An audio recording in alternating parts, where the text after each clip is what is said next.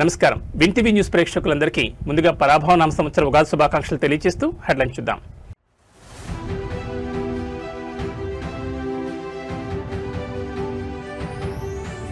తెలుగులో ప్రధాని మోడీ ఉగాది శుభాకాంక్షలు. కొత్త ఏడాదిలో కొత్త వెలుగులు నిండాలని విశేష్.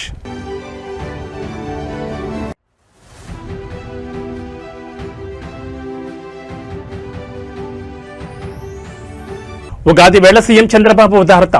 సీఎంఆర్ఎఫ్ పై తొలి సంతకం.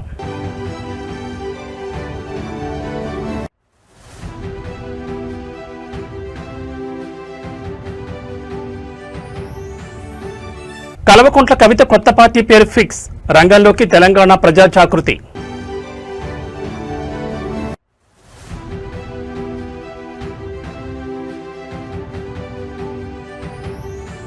ఏపీలో భారీ స్థాయిలో ఉద్యోగాల భర్తీకి శ్రీకారం. జాబ్ క్యాలెండర్ విడుదల చేసిన మంత్రి నారా లోకేష్.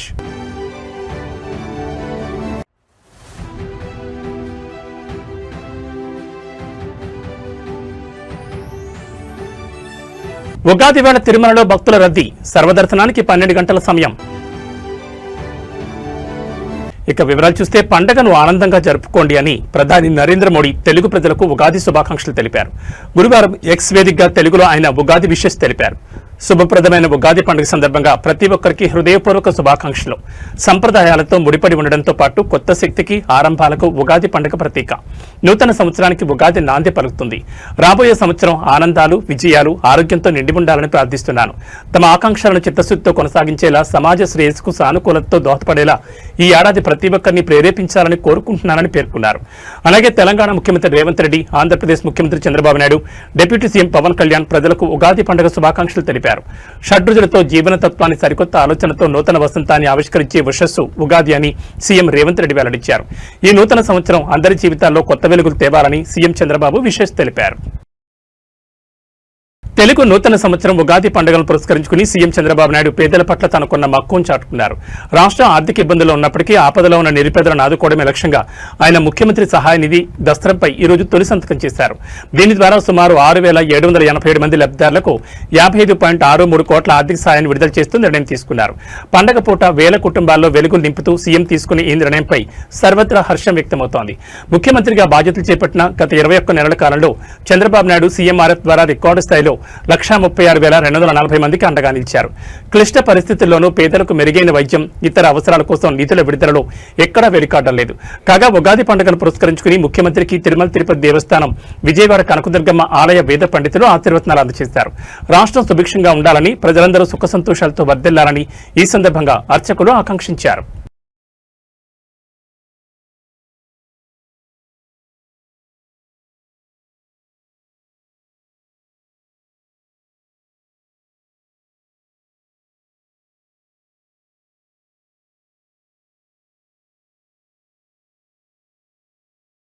ओम राजाधिराजाय प्रसज्ञसाहिने नमो वयं वै श्रवणाय कुर्महे समे कामान् कामकामाय मह्यं कामेश्वरो वै श्रवणो ददातु कुबेराय वै श्रवणाय महाराजाय नमः कैलाधिपये वदैव तन्नः वृषभाद्रीश्वर एव दैव तन्नः ऐशैलाधिपयेव दैव तन्नः भगवान् वेङ्कटेव दैव तन्नः श्री श्रीनिवासः परदैव तन्नः श्री श्रीनिवासः परमं धनन्नः श्री श्रीनिवासः कुलदैव तन्नः श्री श्रीनिवासः परमागतिर्नः भद्राब्जे भाग्यलक्ष्मीः कनकमले सर्वदा धनलक्ष्मीः दोर्दण्डे वीरलक्ष्मीः हृदयसरसिजे भूतकारुण्यलक्ष्मीः खड्गाग्रे शौर्यलक्ष्मीः पुण्यलक्ष्मीः त्वयो विजयतां सर्वसाम्राज्यलक्ष्मीः श्रीर्वज्रस्वमायुष्यमारोग्यमावीधा शोभामानं महीयते धान्यं धनं पशुं बहुपुत्रलाभं शतं वत्सरं दीर्घमायुः वेङ्कटेश्वर प्रसाद सिद्धिरस्तु रक्षणे कल्याणे सकलेश्वरे सरसिजा भाग्यानुसंधायिने शोभांगे विमलेश्वरी विमलने नारायणी श्रीसती पायान्न भगवान् पुराण पुरुषः कुर्यात् सदा मङ्गलम् मंगलं कौसलेन्द्राय महनीय गुणात्मने चक्रवर्ती तनूजाय सार्वभौमाय मंगलम श्री सीता लक्ष्मण समेत श्री कोदंडराम स्वामिनः संपूर्ण कृपा कटाक्ष फल सिद्धिरस्तु तदास्तु राजराष्ट्राभिवृद्धिरस्तु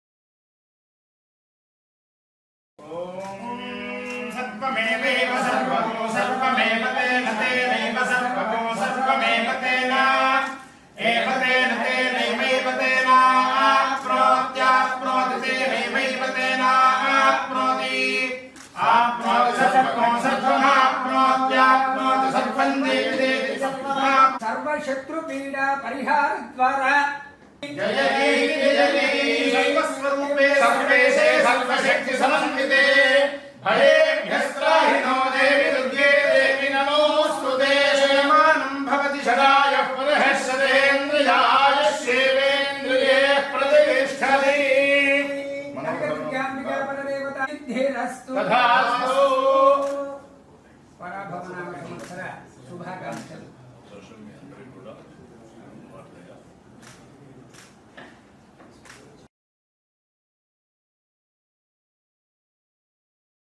తెలంగాణ రాజకీయాల్లో కల్వకుంట్ల కవిత కొత్త పార్టీ పేరుపై క్లారిటీ వచ్చింది. తెలంగాణ ప్రజా జాగృతి పేరుతో కొత్త రాజకీయ పార్టీ పేరు రిజిస్ట్రేషన్ కోసం కవిత కేంద్ర ఎన్నికల సంఘానికి దరఖాస్తు చేసుకున్నారు. అయితే రిజిస్ట్రేషన్ ప్రక్రియలో జాప్యం జరుగుతుండడం పట్ల తాజాగా ఆమె ఢిల్లీ హైకోర్టును ఆశ్రయించారు. ఈ ఏడాది జనవరి 23న తెలంగాణ ప్రజా జాగృతి పేరుతో రిజిస్ట్రేషన్ కోసం సిఈసికి దరఖాస్తు చేసుకోగా ఈసీఐ వైపు నుంచి చర్యలు లేకపోవడంతో తమ దరఖాస్తును కేంద్ర ఎన్నికల సంఘం వేగంగా పరిశీలించి నిర్ణయం వెలువరించేలా ఆదేశాలు జారీ చేయాలని కోరుతూ తాజాగా కవిత హైకోర్టును ఆశ్రయించారు. కవిత పిటిషన్పై ఇవాళ ఢిల్లీ హైకోర్టు విచారణ జరపనుంది. అయితే కవిత చేసిన దరఖాస్తులను పరిశీలించి ఎన్నికల సంఘం అందులో పలు సాంకేతిక లోపాలున్నాయని ఈసీఐ తెలిపింది.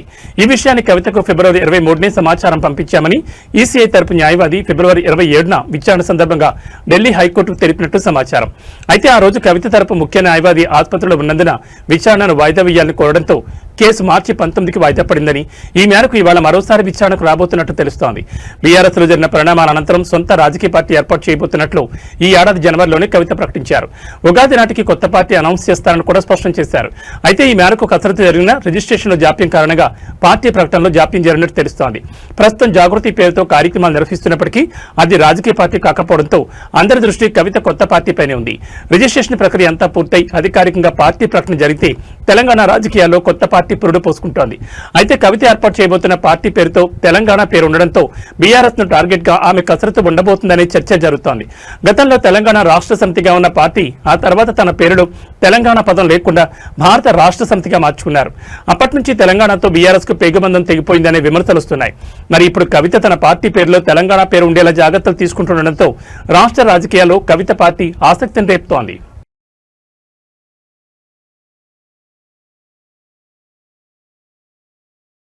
ఆంధ్రప్రదేశ్ యువతకు ఉగాది 2026 సందర్భంగా శుభవార్త అందిస్తూ రాష్ట్ర ప్రభుత్వం భారీ స్థాయిలో ఉద్యోగాల భర్తీకి శ్రీకారం చుట్టింది. విద్యా ఐటీ శాఖ మంత్రి నారా లోకేష్ జాబ్ క్యాలెండర్ విడుదల సందర్భంగా కీలక వ్యాఖ్యలు చేశారు. యువకాలం పాదయాత్రలో ఇచ్చిన హామీ మేరకు జాబ్ క్యాలెండర్ విడుదల చేయడం చాలా సంతోషంగా ఉందని తెలిపారు. ప్రజాప్రభుత్వంగా ఇచ్చిన మాట నిలబెట్టుకుంటున్నామని మంత్రి లోకేష్ పేర్కొన్నారు. రాష్ట్రంలోని వివిధ ప్రభుత్వ శాఖల్లో మొత్తం 10,060 ఉద్యోగాలను భర్తీ చేయనున్నట్లు మంత్రి నారా లోకేష్ ప్రకటించారు.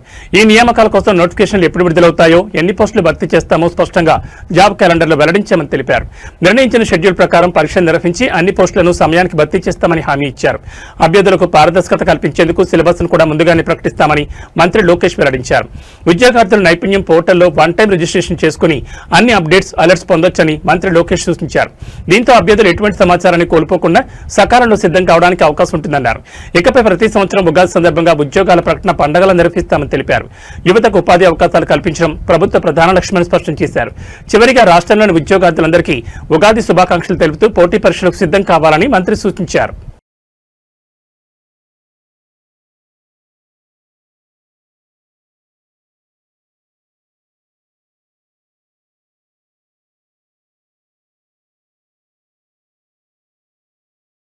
సుదీర్ఘ నిరీక్షణ తర్వాత వైఎస్ఆర్ కాంగ్రెస్ పార్టీ కీలక నేత మాజీ MLA Pinnelli Ramakrishna Reddy Nellore central jail నుంచి విడుదలయ్యారు.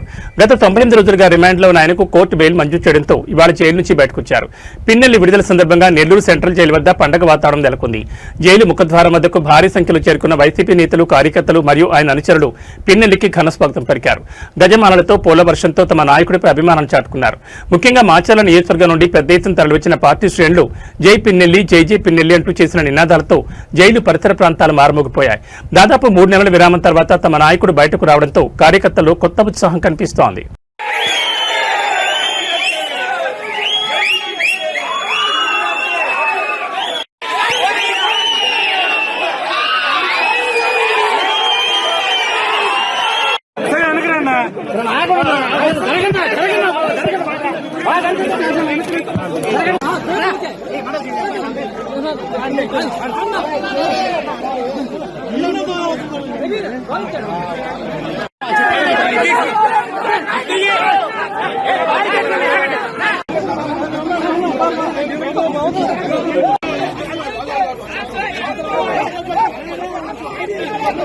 తెలుగు నూతన సంవత్సరాది ఉగాది పర్వదినాన్ని పురస్కరించుకుని తెలంగాణ భవన్లో వేడుకలు అంబరాన్నంటాయి.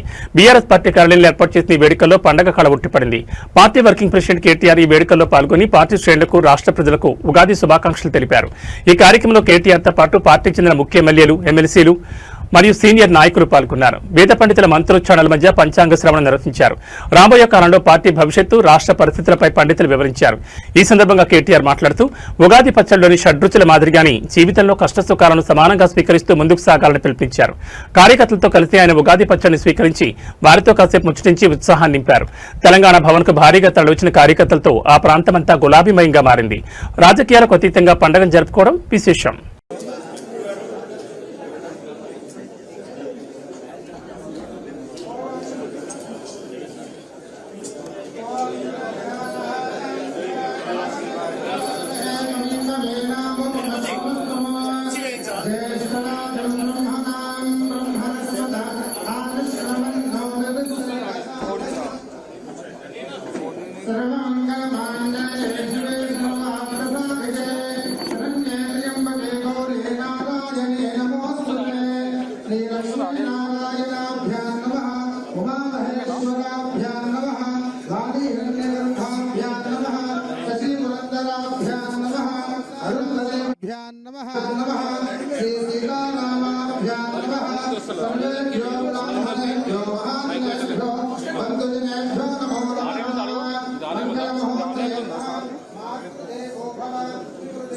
అమరావతిలోని వైఎస్ఆర్ కాంగ్రెస్ పార్టీ కేంద్ర కార్యాలయంలో 2026 ఉగాది పండుగ వేడుకలు ఘనంగా నిర్వహించారు. ఈ కార్యక్రమానికి పార్టీ అధినేత, మాజీ ముఖ్యమంత్రి వైఎస్ జగన్మోహన్ రెడ్డి తన సతీమణి వైఎస్ భారతి సమేతంగా హాజరై ప్రత్యేక ఆకర్షణగా నిలిచారు. ఉగాది వేడుకల సందర్భంగా జగన్ దంపతులు ప్రత్యేక పూజలు నిర్వహించారు. అనంతరం పంచాంగ శ్రవణం కార్యక్రమం జరిగింది. ప్రముఖ పండితుడు భాస్కర్ సుబ్రహ్మణ్య సిద్ధాంతి పరాభవనామ సంవత్సరానికి సంబంధించిన పంచాంగాన్ని వినిపించారు. ఈ సందర్భంగా ఆయన చేసిన వ్యాఖ్యలు పార్టీ నాయకులు ఉత్సాహాన్ని నింపాయి. పరాభవనామ సంవత్సరంలో వైసీపీకి అనుకూల ఫలితాలుంటాయని భాస్కర్ సుబ్రహ్మణ్య సిద్ధాంతి తెలిపారు. చిన్న ప్రయత్నం చేసినా పెద్ద ఫలితాలు సాధ్యమవుతాయని, ఈ సంవత్సరం పార్టీకి ఒక మంచి పునాది పడే అవకాశం ఉందని పేర్కొన్నారు. ఈ వ్యాఖ్యలు అక్కడున్న నాయకులు, కార్యకర్తల్లో నూతనోత్సాహాన్ని కలిగించాయి. కార్యక్రమం అనంతరం పండితులు జగన్, భారతీ దంపతులకు వేదాశీర్వచనం అందించారు. ఉగాది పండుగను పురస్కరించుకుని నిర్వహించిన ఈ వేడుకలు పార్టీ కార్యాలయంలో ఆధ్యాత్మిక వాతావరణాన్ని సృష్టించాయి. ఉగాది సందర్భంగా ఇక్కడున్న పార్టీ నాయకులు, కార్యకర్తలే కాక రాష్ట్రంలో మిగిలిన చోట్ల ఉన్న కూడా నాయకులు, కార్యకర్తలే కాక రాష్ట్ర ప్రజలందరికీ కూడా, తెలుగు వారందరికీ కూడా, ఎక్కడున్నా కూడా అందరికీ కూడా ఈ ఉగాది సందర్భంగా అందరికీ మనస్ఫూర్తిగా శుభాకాంక్షలు తెలియజేసుకుంటాను. తెలంగాణ రాష్ట్ర ప్రభుత్వ ప్రధాన కార్యదర్శి కె రామకృష్ణారావు పదవీ కాలంపై గత కొన్ని రోజులుగా సాగుతున్న ఊహాగానాలకు తెరపడింది. ఆయన సర్వీసును మరో 3 నెలల పాటు పొడిగిస్తూ కేంద్ర ప్రభుత్వం కీలక నిర్ణయం తీసుకుంది. ఈ మేరకు కేంద్రం నుంచి రాష్ట్ర ప్రభుత్వానికి అధికారిక ఉత్తర్వులు అందాయి. తాజా పొడిగింపుతో రామకృష్ణారావు జూన్ నెలాఖరు వరకు తెలంగాణ సీఎస్గా బాధ్యతలు నిర్వహించనున్నారు. వాస్తవానికి ఆయన గత ఏడాది ఆగస్టు 31నే పదవి విరమణ చేయాల్సి ఉంది. అయితే రాష్ట్రంలో పాలనాపరమైన అవసరాలు, కీలక ప్రాజెక్టుల అమలు దృష్ట్యా ఆయన సేవలు మరికొంతకాలం అవసరమని భావించిన రేవంత్ సర్కార్ గతంలోనే 7 నెలల పొడిగింపు కోరింది. ఆ గడువు ఈ ఏడాది ఏడాది మార్చి 31తో ముగినుండటంతో ఆయన పదవీ కాలాన్ని మరోసారి పొడిగించాలని ప్రభుత్వం మరోసారి కేంద్రానికి విన్నవించింది. దీనిపై సానుకూలంగా స్పందించిన కేంద్రం మరో 3 నెలలు పొడిగించింది. రాష్ట్రాల్లో ప్రస్తుతం అనేక సంక్షేమ పథకాలు, ముఖ్యంగా రైతు భరోసా నిధుల విడుదల, ఆయిల్ ఫామ్ ఫ్యాక్టరీల ప్రారంభం వంటి కీలక ఘట్టాలు జరుగుతున్న తరుణంలో సీఎస్ మార్పు సరికాదని ప్రభుత్వం భావించినట్టు తెలుస్తోంది. రామకృష్ణారావుకున్న అనుభవం దృష్ట్యా ఆయన కొనసాగింపు ప్రభుత్వానికి పెద్ద ఊరటనిచ్చే అంశం. ఎన్టీఆర్ జిల్లా పెనుగంచిప్రోలు మండలంలో అకాల వర్షం పెను విషాదాన్ని నింపింది. నిన్న కురిసిన అకస్మాత్తు వర్షం భారీ గాలులకు వందలాది ఎకరాల్లో పంట నష్టం సంభవించింది. చేతికి అందాల్సిన పంట కళ్ల ముందే నేల పాలవడంతో అన్నదాతలు కన్నీరు మున్నీరవుతున్నారు. పెనుగంచిప్రోలు పరిసర ప్రాంతాల్లో గాలివాన బీభత్సం సృష్టించింది. ముఖ్యంగా వందలాది ఎకరాల్లో సాగు చేసిన అరటి, బొప్పాయి తోటలు పూర్తిగా నేల కురికాయి. చెట్లు విరిగిపడి కాయలు బురద పాలవడంతో కోలుకూరని దెబ్బ తగిలిందని రైతులు వాపోతున్నారు. అప్పులు తెచ్చి ఎంతో కష్టపడి సాగు చేసిన పంట కోతకొచ్చే సమయంలో ఇలా ప్రకృతి ప్రకోపానికి గురికావడంతో రైతులు దిక్కుతోచని స్థితిలో ఉన్నారు. ఎకరాకు లక్షలాది రూపాయలు పెట్టుబడి పెట్టామని, ఇప్పుడు తమను ప్రభుత్వమే ఆదుకోవాలని వారు డిమాండ్ చేస్తున్నారు. రెవెన్యూ అధికారులు వెంటనే స్పందించి పంట నష్టం అంచనా వేయాలని వేడుకుంటున్నారు.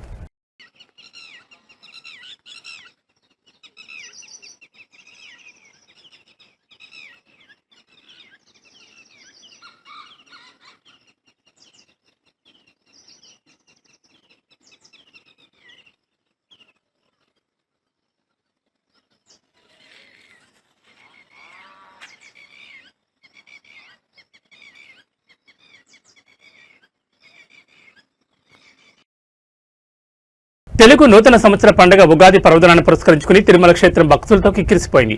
స్వామివారి దర్శనం కోసం వివిధ ప్రాంతాల నుంచి భక్తులు భారీగా తరలిరావడంతో తిరుగిరిలో కోలాహలం నెలకొంది.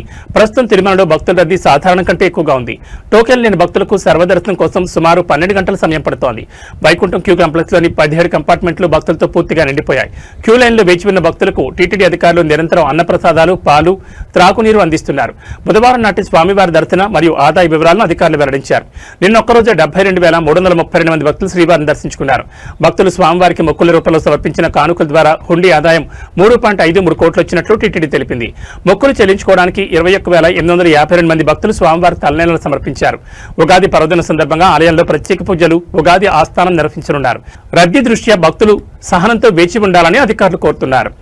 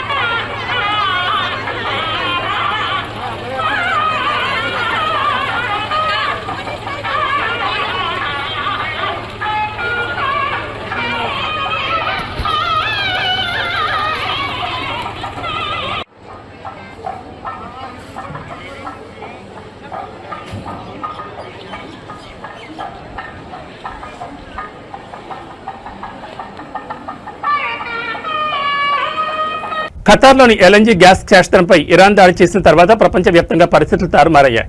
అంతర్జాతీయ మార్కెట్లతో పాటు దేశీయ మార్కెట్లు ఘోరంగా పతనమయ్యాయి. అంతేకాకుండా మరోసారి మధ్యప్రాచ్యంలో తీవ్ర ఉద్రిక్తతలు చోటు చేసుకున్నాయి.